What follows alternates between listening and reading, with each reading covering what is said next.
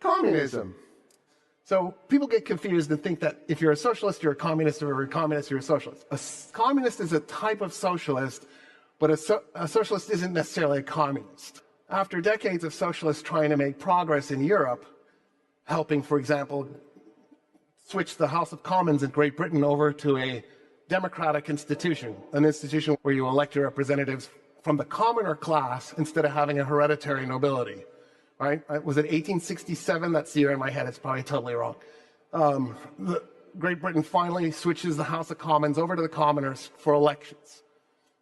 After decades of getting successes, but little ones like that, it takes 100 years for the socialists to win an election in Great Britain. The Labour Party wins in the 1960s. This process for the socialists is really slow. A group of socialists said, I'm done. I'm done waiting. Here's the solution. We don't need a slow transition. We can make it instantaneous. All we have to do is have a really bloody, violent revolution, and we'll just jump straight from whatever economic system you're in to socialism without this long, drawn-out transition period. And that was V.I. Lenin's argument. That's what the Soviet Union tried to do, but I just got through showing you they were just mercantilists.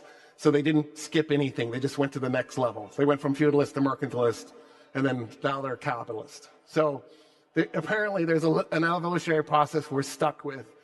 I'm not 100% convinced that's true, but right now that's where the evidence points to. So that's the difference between a socialist and a communist. A communist thinks we can do this quickly. A socialist thinks it's going to take centuries. And you just need to be patient, and you need to know there's going to be setbacks, and it's okay. It's part of the process. And by the way, a socialist might also argue that you should be a CEO of a company and exploiting labor, right? Friedrich Engels wasn't exactly a poor guy, for example. You need to work within the system that you're in. Whereas a communist is like, no, I reject the system. I want to move on.